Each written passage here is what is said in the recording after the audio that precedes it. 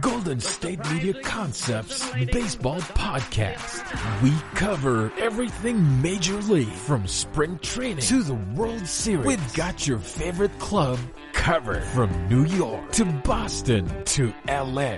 This is the Golden State Media Concepts Baseball Podcast.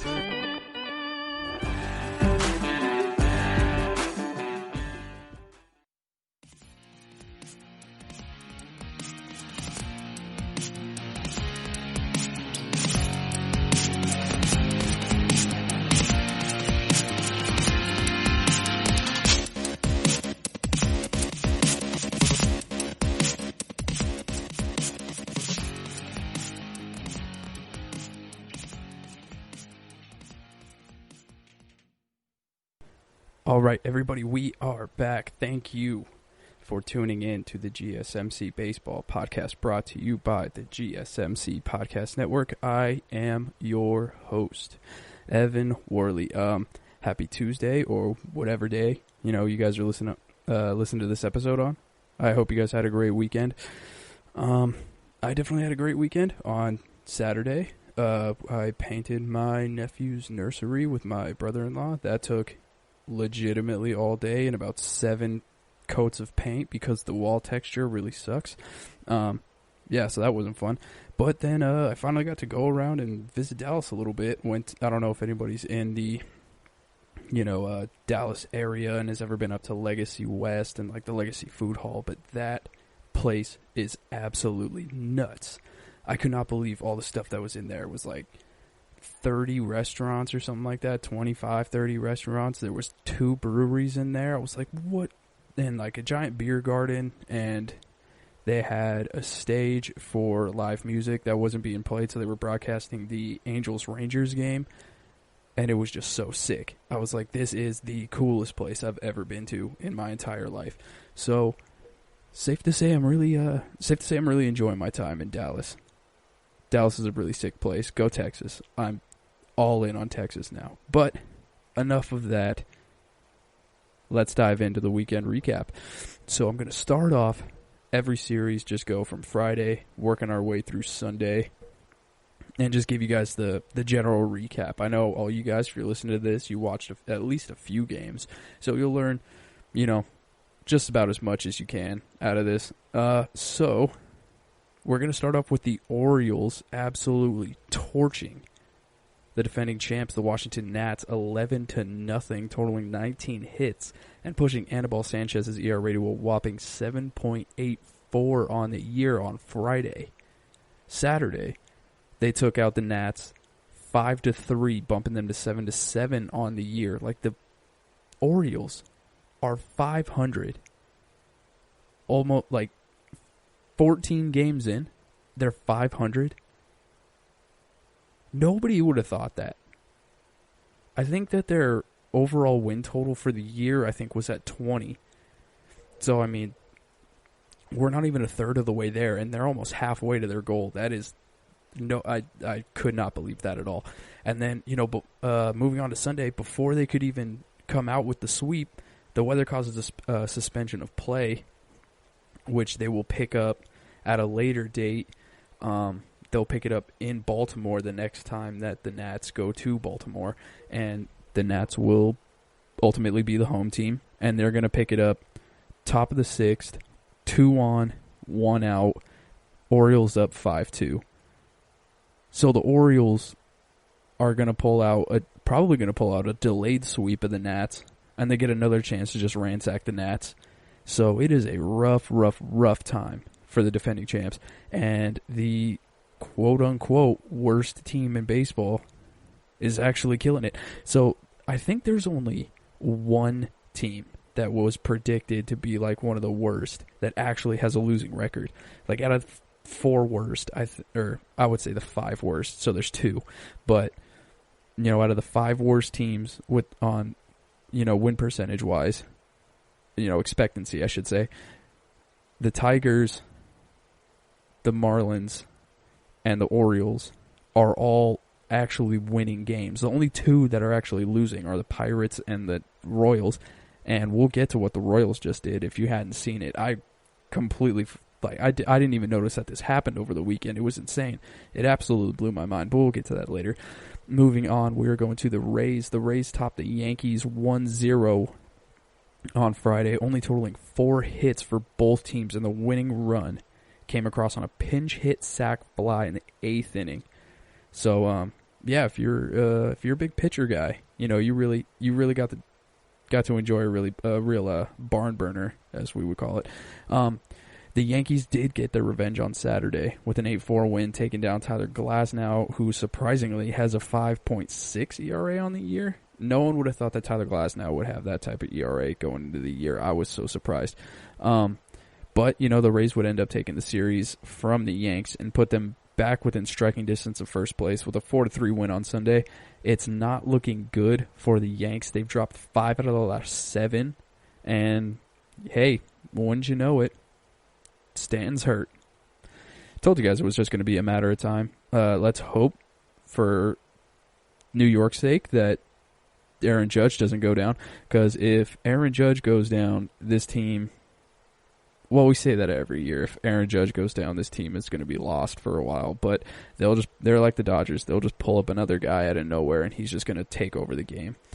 So we'll keep an eye on that. It looks like Stanton's going to be out with a hamstring injury. So with him and his hamstrings, it's probably going to be about 3 to 4 weeks. Now moving on to the most exciting back and forth game of the weekend we had, and it was between the Tigers and the Pirates. The Tigers beat the Pirates 17-3 in a game that had 32 hits, 30 runs, but surprisingly there were only 4 homers on the day, and 3 of them were from Pittsburgh. You would have thought that the Tigers would have just ransacked them with homers the way that the game is going, but no, they were putting together quality at-bats and, you know, just getting the job done while keeping the ball in the yard. You know, a wild game. You know, that was, and they pushed it out. You know, the Tigers, 6-5 on Friday. On Friday, their record was 6-5. Another thing, like I said earlier, like nobody would have thought that the Tigers would have been that good, except for me, because I said don't sleep on the Tigers before the year started. Let's figure out how the rest of the weekend went. On Saturday, they saw another Tigers win 11-5. Putting the beats on Derek Holland, pushing his ERA to 8.27. Then, you know, kind of in a change of luck, you know, unlike the last 2 games of the series, but ultimately leading to the same result, the Tigers won again 2-1 to complete the sweep and push their overall record to 8-5. You know, the 8-5 Tigers are... I don't remember if they were in 3rd place. Let's check this out. Let's do a little recall here. Let's go MLB MLB.com. Let's go here. Standings. No, standings home. Come on, guys. Come on, computer.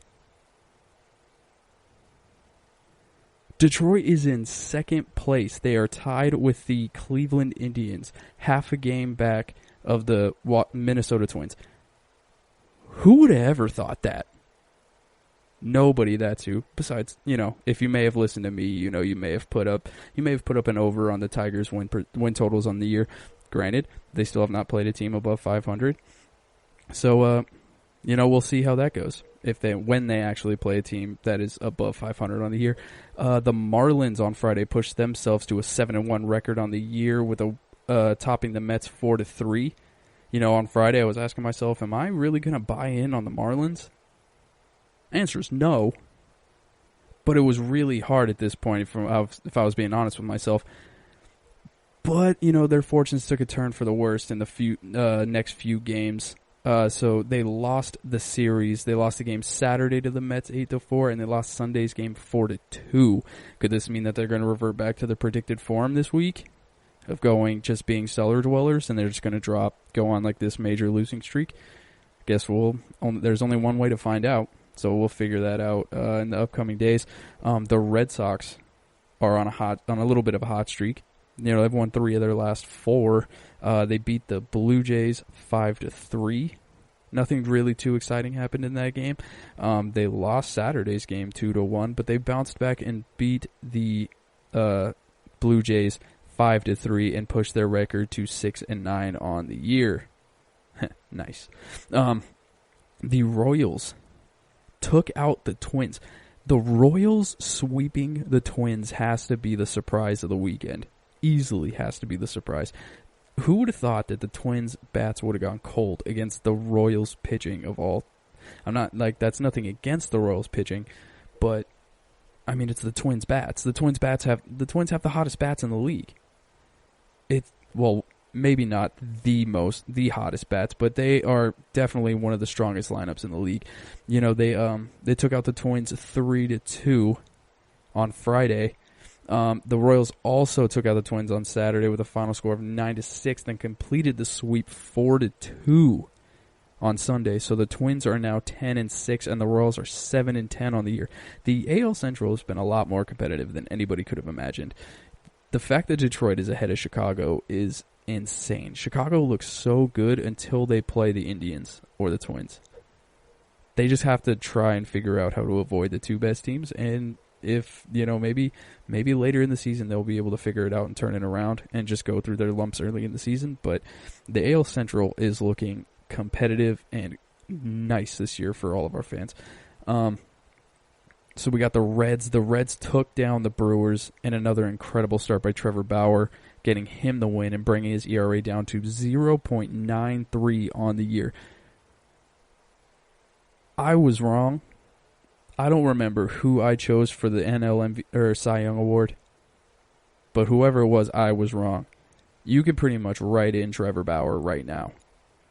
If you can go to your local casinos and throw down a bet for Cy Young Award of the NL, put it on Trevor Bauer and hammer it, because this dude is lights out on the year.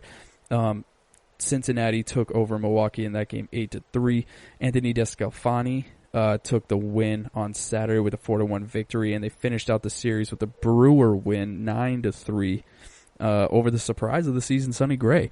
Sonny Gray has been getting all the talks about, the Reds pitching staff. It's been him, Trevor Bauer, and Luis Castillo, but everyone, it seems like Sonny Gray was the guy, who everybody was talking about, but, he gave up the loss on Sunday. The Reds record on the year is 7-9 and 6-7 for the Brewers.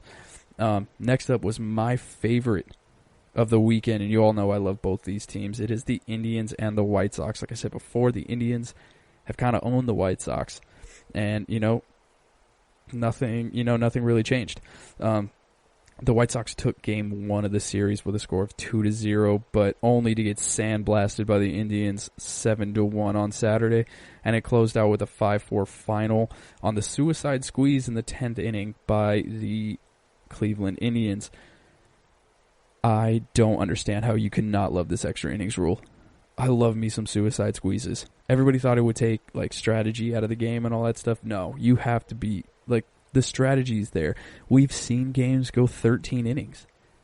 And those games that went 13 innings, they probably would have went a lot longer than that if, it weren't for this rule.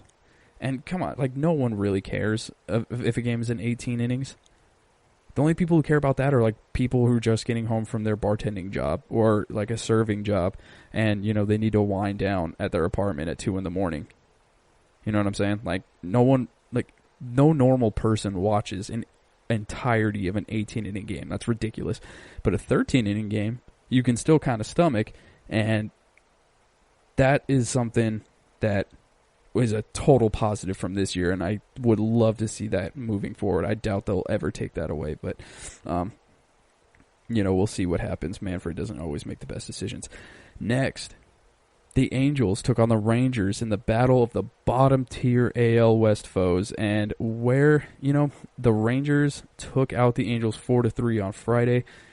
The Angels got shut out by Edinson Volquez, who currently, after the shutout, has a 6.23 ERA. You have to have a terrible ERA on the year if you can throw a shutout through 5 or 6 innings and you're still at 6.23. That's horrible. Absolutely horrible. And way to go for the Angels to just get fully swept on Sunday by the score of 7-3. They looked like they had a chance to bring it back. They had bases loaded in the bottom of the 8th, and they struck out on a slider away, because that is just the Angels' way. They know no other way to do it. So the Angels are currently sitting in last place in the AL West, and it's probably not going to change moving forward. The Padres and Fernando Tatis Jr. put the hurt on the Diamondbacks this weekend. They started off with a 3-0 win over Luke Weaver, who has a whopping 12.19 ERA this year. The D-backs did fight back, taking the game Saturday 3-2, beating Chris Paddock, but different story on Sunday, where the Padres took Bumgarner deep 4 times. And, Lamet. I'm going to say Lamet. Lamet took a no-no into the 7th inning and left the game with a 9-5 win, pushing the Padres to 9-7 and the D-backs to 6-10. Remember before the season where I said that Fernando Tatis Jr. was your best bet for NL MVP this year? It's looking pretty good. I would go to your sports book, and if you didn't bet on Fernando Tatis, do it now. Because I'll go over why you should bet on him again later in the show. And if you did bet on Fernando Tatis, throw some more money in. Trust me, do it now. I'll justify this in about 2 segments. The big story of the weekend, the A's do what the A's do, and took out the Astros on Friday in extras 3-2 into the 13th inning. Seems like you can bet at least one game per series is going to go into extras when you play, when you have to deal with Oakland. The A's also took the game on Saturday 3-1 with an incredible pitching performance by freaking Montas.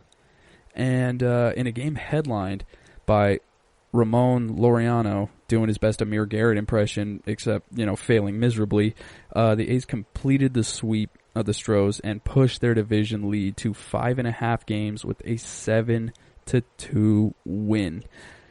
Yeah, the A's are going to run away with that division. It's pretty clear at this point. These guys are looking pretty unstoppable.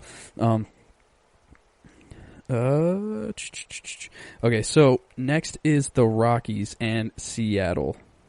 So, the Rockies did what they were supposed to do, and they pounded the Mariners 8-4 on Friday night's action. They gave up only a single hit to Seattle on Saturday, taking the game 5-0, but they lost their focus and they slipped the game on Sunday 5-3, giving the Rockies an 11-4 record on the year, and the Mariners are 6-11. So everybody who thought that the Mariners were going to be one of the, the worst team in the AL West, me included, currently are wrong, and I'll own up to that. The Angels. Going back to the Angels, they aren't looking very good. And at least, I would say, the Mariners, they do have someone who's pretty entertaining. So, you never know how this is going to go with the opt-outs and everything like that. So the Mariners, who knows? The Mariners could surprise us all. Moving on to the Dodgers and the Giants. We pretty much had what we expected. Not a sweep, but the Dodgers took the series with a win on Friday 7-2. Losing to Johnny Cueto 5-4 on Saturday, and ending the series with a 6-2 win on Sunday. So, yeah, not very exciting. Nothing really memorable happened at all, but exactly how we expected it to go down. And then lastly, we have my Atlanta Braves taking the series over the Phillies this weekend and bouncing back after a 5-0 Saturday loss to Jake Arrieta to sweep the Sunday doubleheader 5-2 and 8-0, where Acuna went yard 3 times, and Freddie Freeman had himself a day. Last time I checked his stats, it was halfway through the second game, and he was 4 for 6 on the day with a homer and a double and about 4 RBIs. So, Freddie Freeman, you are the man. You always have been the man. You always will be the man. Alrighty, guys, that was your weekend recap, and if you would definitely want to stick around, because after this break, I am going to be talking about the big fight in Oakland, so to speak, if you want to call it a fight. Alrighty, guys, give me one moment. I will be right back. This is your ultimate stop for everything sports. The Golden State Media Concepts Sports Podcast. Should I say more? From the NFL, MLB, the NBA to MMA, it's all in here. The Golden State Media Concepts Sports Podcast. Listen now.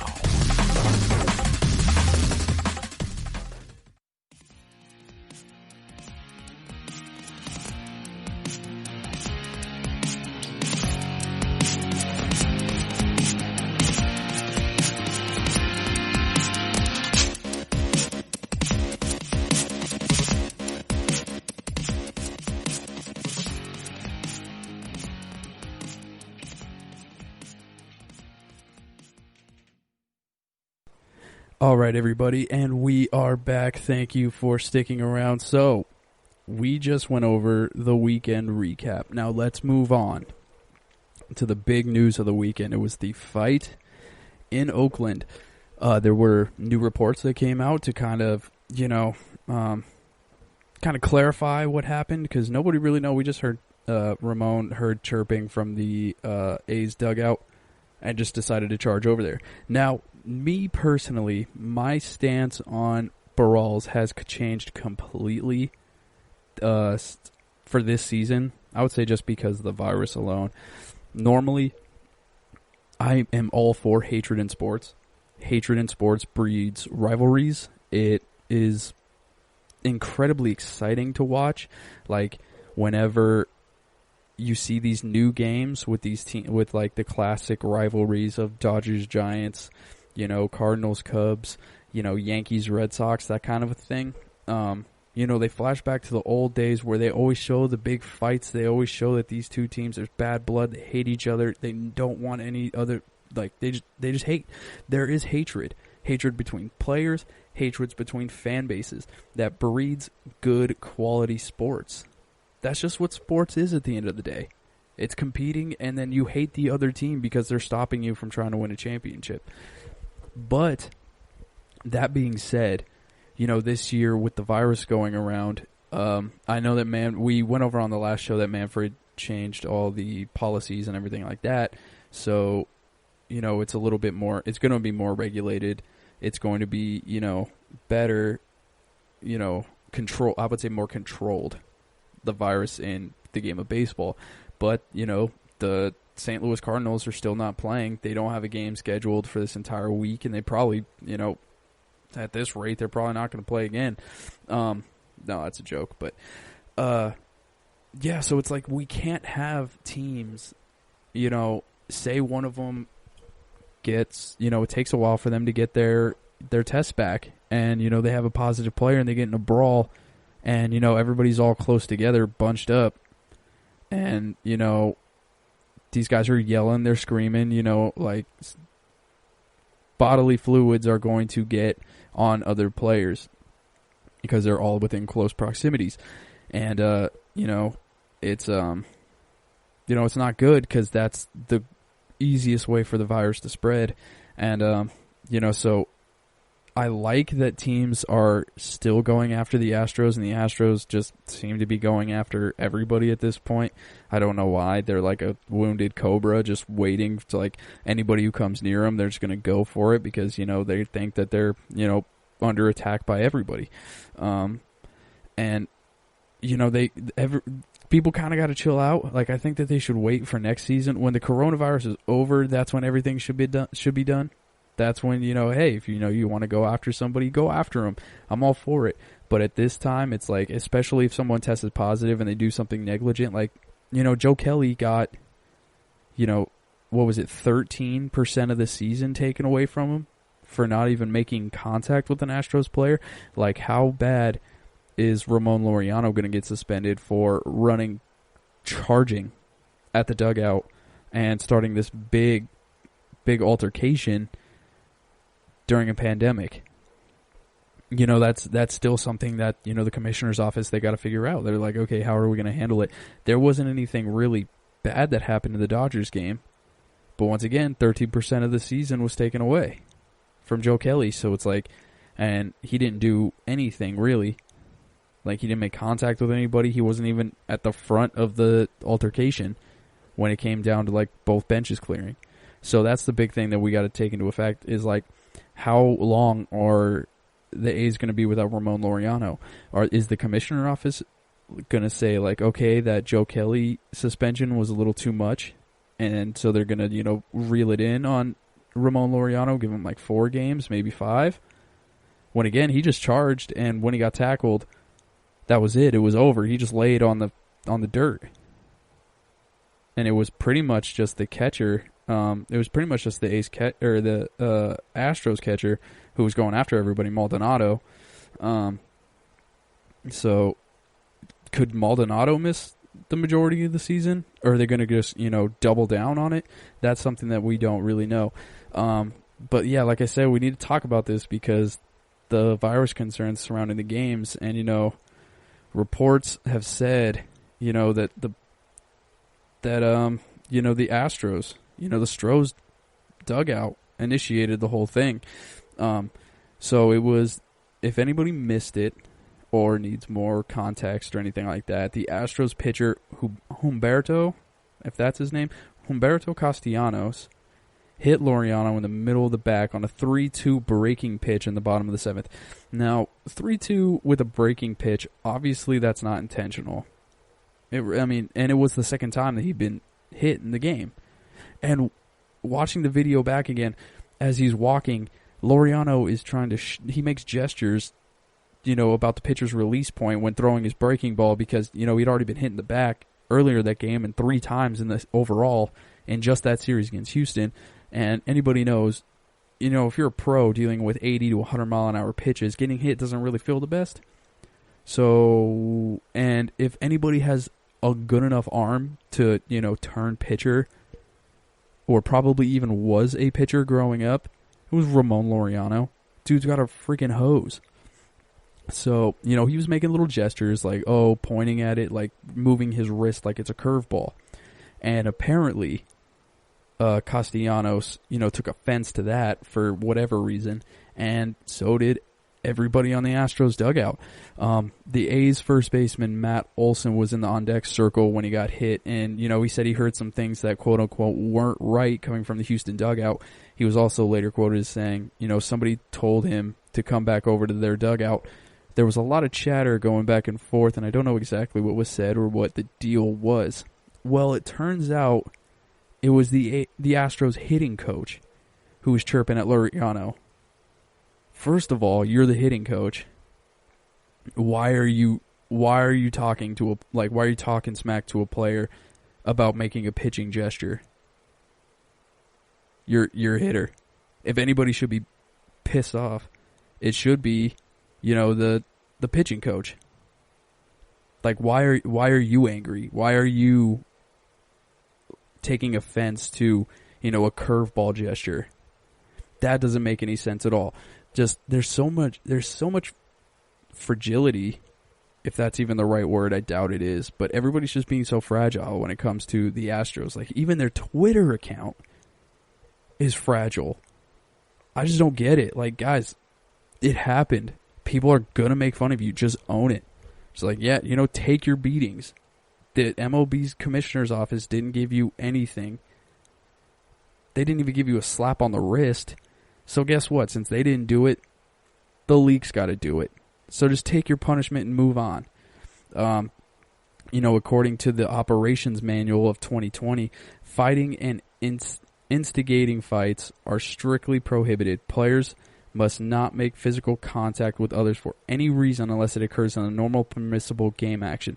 Violation of these rules will result in severe discipline consistent with the past precedent, and discipline shall not be reduced or prorated because of the length of the season.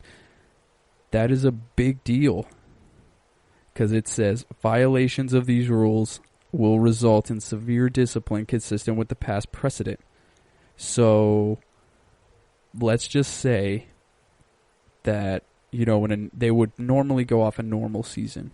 Well, they did go off on a normal season with Joe Kelly, and Joe Kelly didn't do anything, and they threw the hammer down on him. Well, it looks like Laureano, since he actually charged at him and went for the whole dugout, it looks like he's going to get a lot more than Joe Kelly did.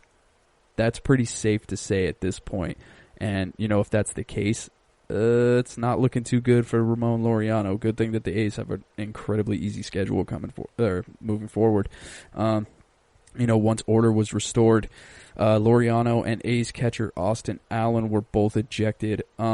Dusty Baker wasn't there for the fight. He got ejected by plate umpire Nick Marley, in the previous inning for arguing balls and strikes. Josh Reddick, he was quoted as saying, that's one of the things in baseball where you don't really think about what's going on with mask wearing in a pandemic and when stuff like this is happening. What he's saying about that is like, Ramon Laureano's not going to, throw on his mask and then charge into the dugout, for people criticizing him about that. And then, for the case of the Astros, they're not going to throw their masks on while the guy's charging at full speed and then be like, wait, hold on, time out. Let me put on my mask, get the mask on. Okay, time in, and then start going at it. That's just not plausible. It's not going to happen. So that's what he was saying, and he was later quoted as saying, you're looking to get in. It's like you're looking to get in there and protect your teammates the best way you can, and try to minimize a situation that can get out of hand, and do something that can keep the rest of the season going that we don't want to have. So he was kind of going on what I was saying earlier. It's like, guys, like one thing, it's going to be hard to remember because even I forget. Like, I forget to wear my mask sometimes. I have a mask that I have to, I put it on top of my wallet and I wear it around my neck. Because if I don't put it on around my neck, I'm going to forget. I even forget. I've even started to forget that it's around my neck at times. I'll be walking around just without it on, like, oh crap, I need to put it on. So, we're starting to, we're starting to lose focus of what's going on. And, it's just, in the game of baseball, we are not in a state where we can lose focus at this moment. Let's see, where I lost my place in my notes. Okay, so, basically it was like, you do your best, you can with these things, but obviously you don't want to get into a brawl. Obviously, you want to, abide by the protocol of the league, but, tempers flare, everybody's competitive, and it gets the best of them. They have yet to make any noise about what's going to happen to Ramon Laureano or Austin Allen or Martin Maldonado, who was behind home plate. But when they do, you better believe that we will be posting about it on Twitter, so you can check us out right there. And I will be right back. We're going to go into our second break, and then afterwards, the MLB.com just posted their every team's MVP through this point in the seasons. I went through that, and I kind of double-checked just to see who they chose as their MVPs, and if I had somebody who was different. So I'll be breaking down every team's MVPs, and not only in their eyes, but also in my eyes. Give me 1 second. We'll head to break, and I will be right back. Tired of searching the vast jungle of podcasts? Now listen close and hear this out. There's a podcast network that covers just about everything that you've been searching. Hey! The Golden State Media Concepts Podcast Network is here. Nothing less than a podcast bliss with endless hours of podcast coverage. From news, sports, music, fashion, cooking, entertainment, fantasy, football, and so much more. So stop lurking around and go straight out to the Golden State Media Concepts Podcast Network. Guaranteed to fill that podcast itch. Whatever it may be. Visit us at www.gsmcpodcast.com. Follow us on Facebook and Twitter, and download us on iTunes, SoundCloud, and Google Play.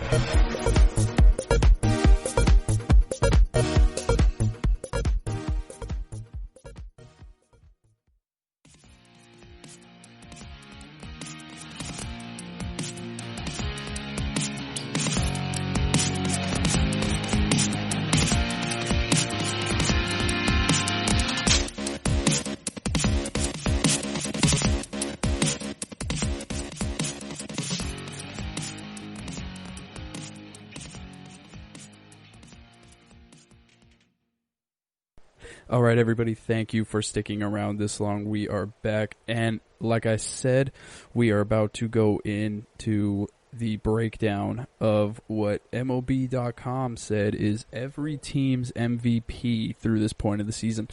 So I went through it, I saw what they put, and I'll tell you if I agree or disagree with it, and I'll give my reasons why I agree or disagree. Don't worry about that. But I'm also going to go through this pretty quickly because I went a little bit over on the time on the last two segments. So, starting off with the New York Yankees, it is Gary Sanchez. No, I'm just playing. It's definitely Aaron Judge. Gary Sanchez looks like he has a better chance of just going up to the plate without a bat. Because I don't think he has a hit this year. I think he is 0 for the year, 0 for the century with several foul tips. Aaron Judge, he is tied for the MLB lead with 8 homers. The rest of the Yankee offense has been slumping pretty bad. You can make an argument for DJ LeMahieu because he's batting over 400, but his actual run, like scoring output, is not anywhere near what Aaron Judge is. And same with Gio Urshela. He has like 3 homers and 13 RBIs, but Judge just absolutely he's just doing way more for the Yankees. He's just crushing the baseball left and right, so you have to go with Aaron Judge there. For the Boston Red Sox, it is Xander. They put Xander Bogaerts. They said his key stat was a .418 on-base percentage. I actually disagree with that. I would argue that Mitch Moreland, because he has more homers, more RBIs, a higher batting average, and has a 2.46 OPS plus, and has played in 5 less games than Xander Bogaerts. Yeah. Bogey's getting on base a little bit more, but more production is coming from Mitch Moreland, and they're going to need all the production that they can get with that terrible starting rotation and bullpen. So I definitely lean more towards Mitch Moreland than I do Xander Bogaerts. The Rays, they have Brandon Lau. He's his key stat was a 5.88 slugging percentage, and this offense is so horrendous that you kind of have to give it to somebody because their pitching staff hasn't been, really over the top either. So, I mean, this is just an award that just somebody has to win. And, it's basically a pitcher's year to take it for the Tampa Bay Rays, and they just haven't done it. For the Orioles, it is Hanser Alberto. The infielder, he's batting .349 on the year. I would argue it's Jose Iglesias. He's batting .405. Leading the team, and he is second on the team with an OPS plus of 184. And it's I just like the OPS plus. It's created to signify how many more runs and just how much more of an offensive output you're having over other players.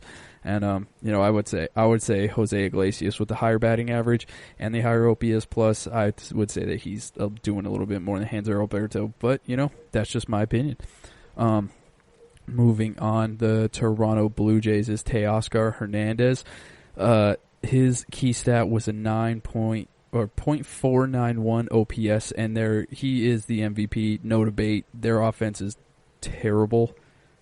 They have I think they have 2 starters with a negative OPS plus. It's bad. The Toronto Blue Jays have not been very well, been playing very well in the lineup. So he is definitely the MVP of that team, no debate. And he's also the elder spokesman. He's a whopping 28 years old. So a seasoned vet, as they would say in Toronto at this point, with all the young bucks that they got. Moving on to the AL Central, we have the Cleveland Indians. Their offense is way worse than I expected, and so it's up for a pitcher this year, and if it's up for a pitcher, it is the pitcher of the AL. It's Shane Bieber. He has a 43% strikeout rate. There's no question. The offense is horrendous. He is a clear-cut Cy Young Award favorite, so if someone has to get the MVP for this team, it is without a doubt Shane Bieber. And remember when he was the 5th starter on this team? The 5th start. Shane Bieber, the 5th starter on this team, and he's the clear-cut Cy Young Award favorite. My goodness, the Indians are loaded. Moving on, you got the Kansas City Royals. Jorge Soler, he's had a homer in 3 of the last 4 games. He leads the team in OPS plus, OPS, slugging, on-base percentage, walks, and homers. I think that I think that really gives you the MVP of the team, especially when, the team is struggling. You can make an argument for Whit Merrifield, but I don't think the argument really holds up. I think Jorge Soler is, definitely the right choice. Going to the Detroit Tigers, you have Jacoby Jones, their center fielder. He's 8 of his 13 hits are extra base hits. He leads the team in hits, homers, doubles, RBIs, batting average, on-base percentage, OPS, and OPS plus. Yeah, MVP. He is crushing it. He's the leader of this Detroit Tigers team, and who turns out to be better than we expected. We still need to see him versus a team that's above 500, but hey, if they can keep just killing these lollipop games, who knows? The year's been kind of weird. They currently have a better record than the Astros. Let's see what happens. Going to the Minnesota Twins. Very, very easy choice. It's Nelson Cruz. He leads the team in runs, hits, RBIs, batting average, on-base percentage, slugging, and OPS plus. Yeah, another key thing, Nelson Cruz. Easy choice. I don't think anybody's going to argue with it there. I think you can kind of make an argument for Max Kepler, but Max Kepler is really only crushing fastballs. But not with Nelson Cruz. Nelson Cruz hit the same amount of homers as Kepler has on the year in, I think, the 3rd game of the season alone. Moving on to the Chicago White Sox, we have they gave it to Luis Robert. Now you all know how much I love Luis Robert. It gets a little weird at this point, but if you look at it on paper, which half of it's all paper stats, and half of it's actually watching the game, which is what I don't like. I wish people would watch the game. But, if you're looking at it on paper, I would not go with Luis Robert. I would actually give it to Adam Engel. Engel leads the team in batting average, slugging, OPS, and OPS plus. He's tied for 2nd in homers, with all of all players who played 10 plus games. So there were guys who played less games, like 5 or 6, who has a giant OPS plus, but they just haven't been on the field, and they just were hot in the moment. So of guys that played 10 games or more this season, Adam Engel is first or second in batting average, slugging, OPS, and OPS plus. It's kind of a big deal, man.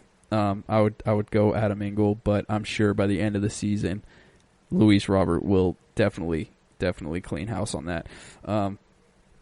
MVP of the Angels is 100% Mike Trout, but not why you would think. Mike Trout is the MVP because he's still there.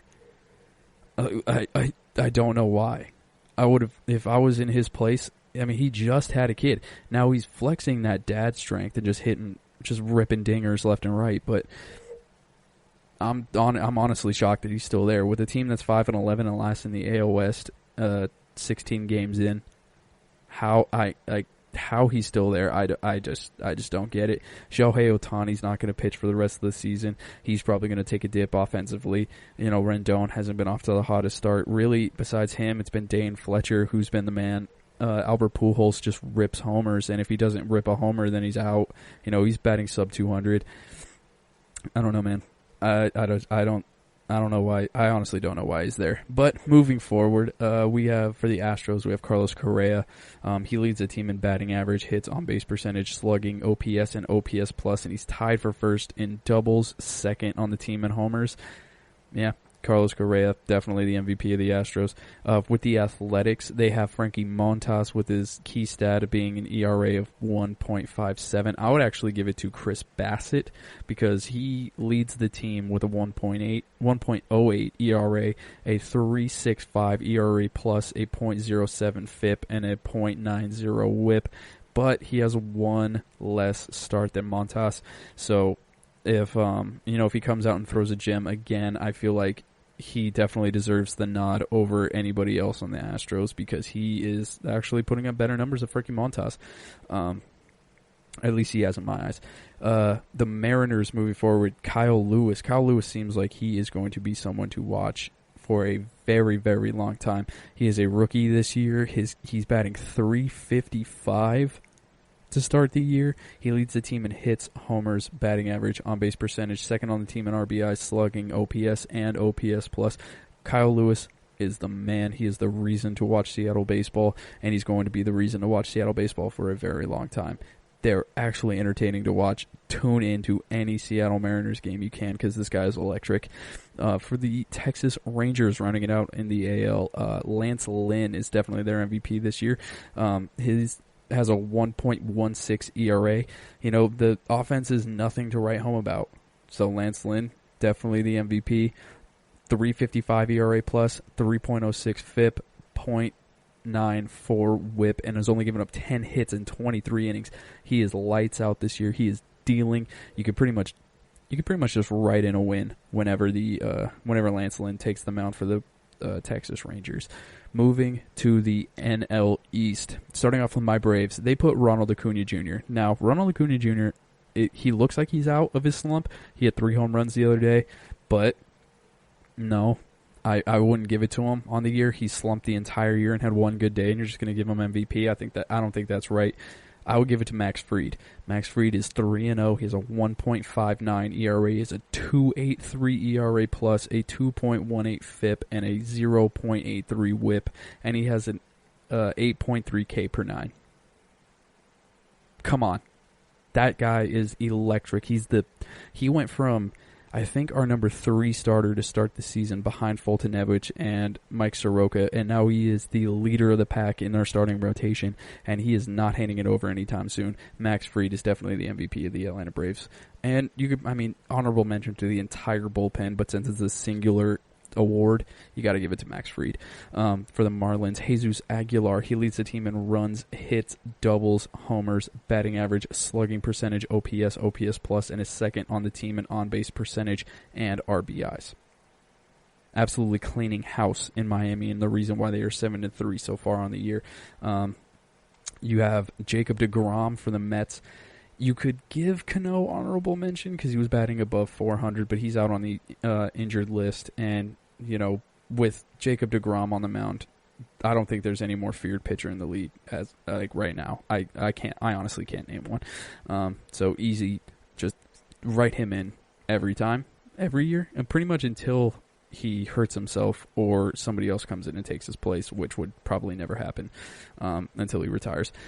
Moving on to the Philadelphia Phillies, JT Realmuto, he leads the team in runs, hits, homers, RBIs, batting average, slugging percentage, and a slugging percentage of 0.677.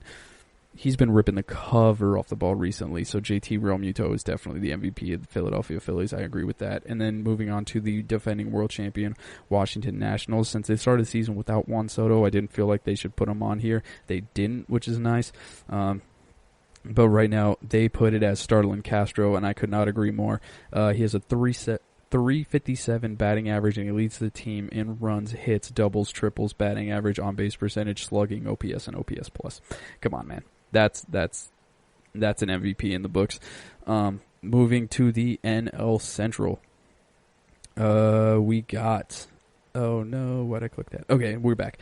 For the Milwaukee Brewers... Their offense has been just trash.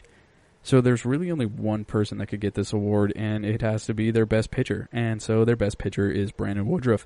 He's got 11.0 Ks per 9, and that was really the only stat that jumped out at me, and it only jumped out at them too.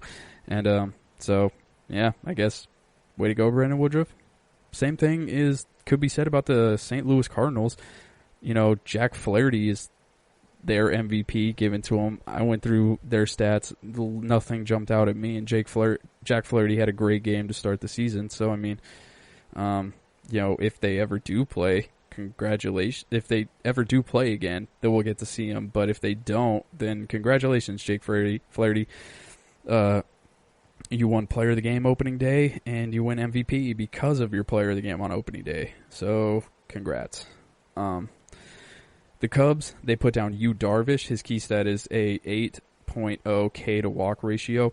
I don't like this because the catchers need more love. Everybody who knows me knows I'm a giant Wilson Contreras fan. Wilson Contreras, I've been saying since the year after his rookie year, so I guess his sophomore year, I thought he was the best catcher in the league.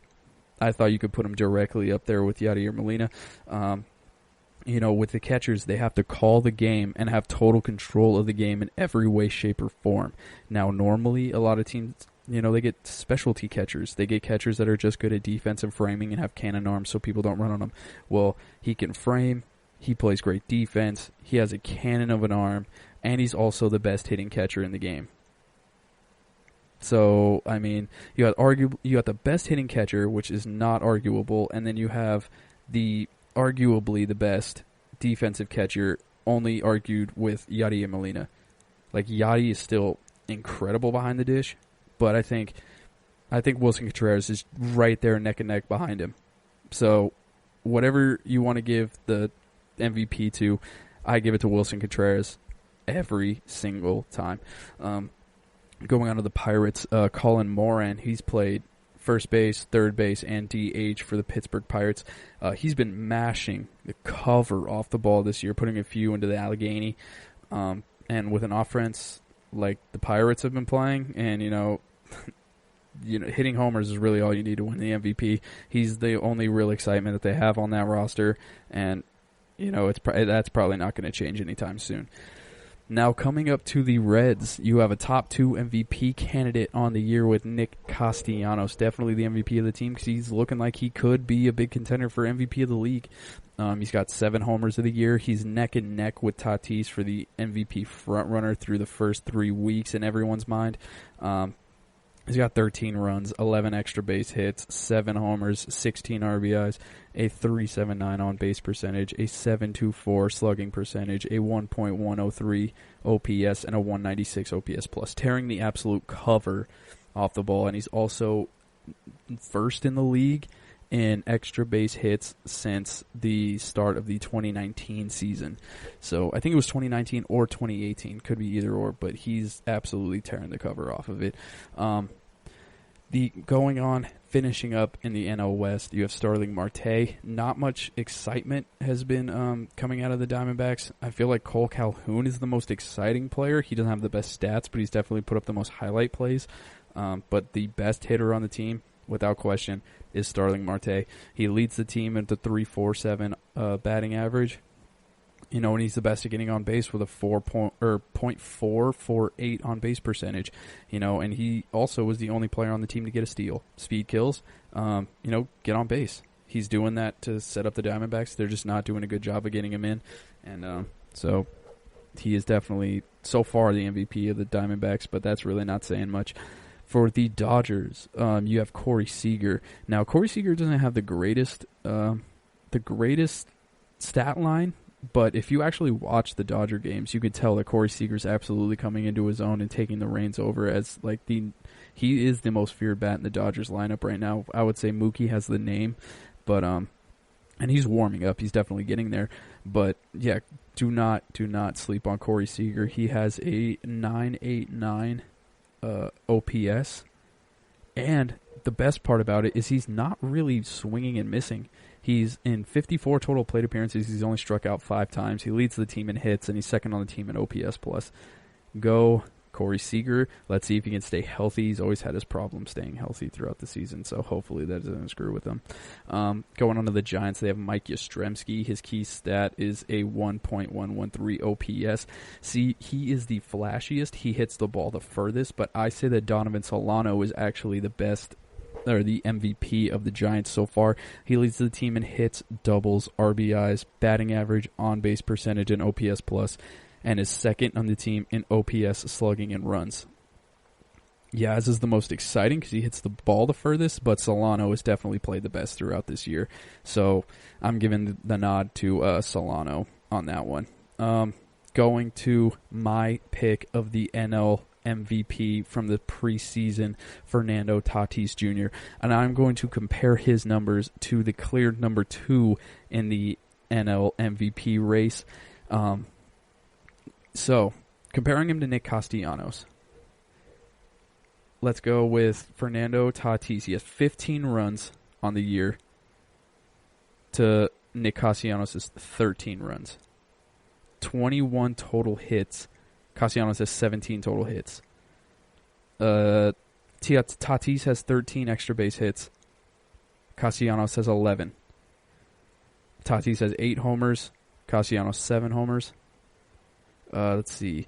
18 RBIs to 16 RBIs for Tatis. 3.33 batting average. Looks like I didn't get Castellanos' batting average. Damn. A 4.17 on base percentage to a 3.79 on base percentage for Castellanos. You have an 8.10 slugging versus a 7.24 slugging. You got a 1.226 OPS to a 1.103 OPS and a 243 OPS plus to a 196 OPS plus. Nick Castellanos is a MVP candidate, a front runner, but that's the thing. Fernando Tatis Jr. is blowing him out of the water in all of this. This is why I said earlier in the show, if you have a chance to gamble on this, put money down on Fernando Tatis. You cannot lose unless something catastrophic happens and he gets hurt like he did last year, which I pray does not happen. But yeah, he looks like a clear front runner. And then if you're looking for a dark horse, just in case something were to happen to Nick Castellanos or Fernando Tatis, we have the Colorado Rockies' Charlie Blackmon. He's the clear leader of this offense. He has a 4.58 batting average, 13 runs, 27 hits, 8 extra base hits, 18 RBIs, a 4.92 on base percentage, a 1.187 OPS, and a 2.11 OPS plus. That is the MVPs of the league and every team so far. Like I said, if you have a chance to gamble on this, for the love of everything, put it on Fernando Tatis Jr. All right, everybody, I'm going to take my final break, and you know what's coming up next. I will be breaking down the series to watch this week. We have some incredible games to watch. Don't go anywhere. We will be right back. Want to know the latest in soccer? Then listen to the Golden State Media Concepts Soccer Podcast. From MLS, the World Cup, and the Premier League, we've got you covered. The latest updates, the hottest matches, and news on the league's top players. It's the Golden State Media Concepts Soccer Podcast. David Beckham scores the goal to take England all the way to the World Cup finals. Listen now.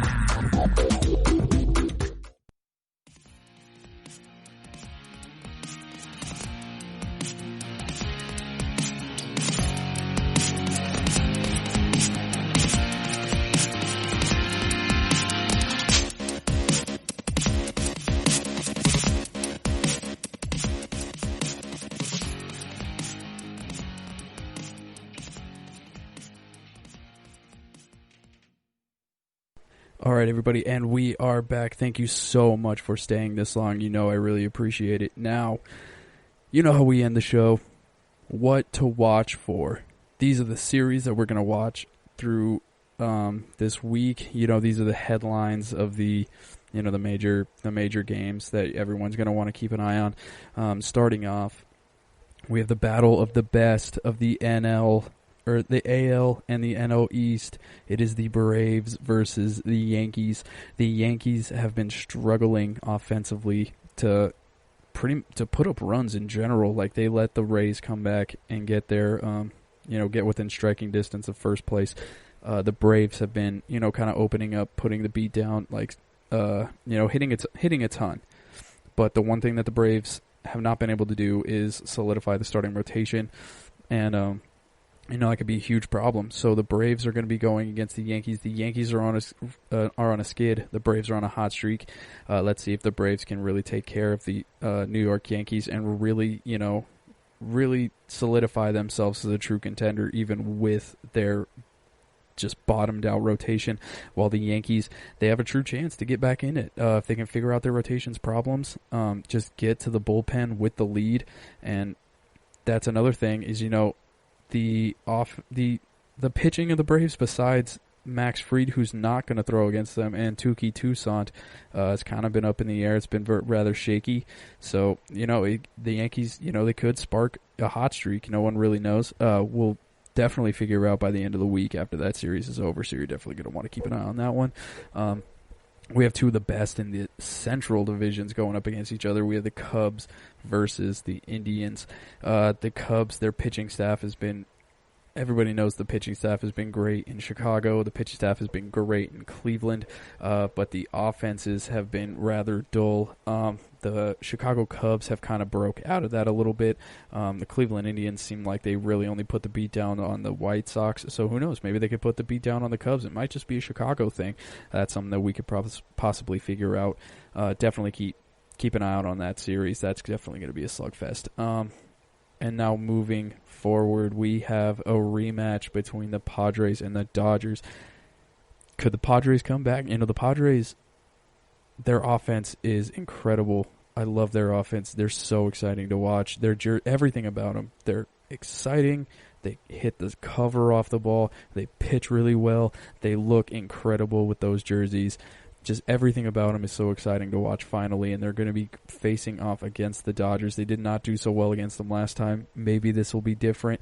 They're going to be in LA, so I doubt that it'll go any different. I still think the Dodgers will probably take 2 out of the 3, but I don't know. I think it's going to be a really good game, and we can keep our eyes on that one.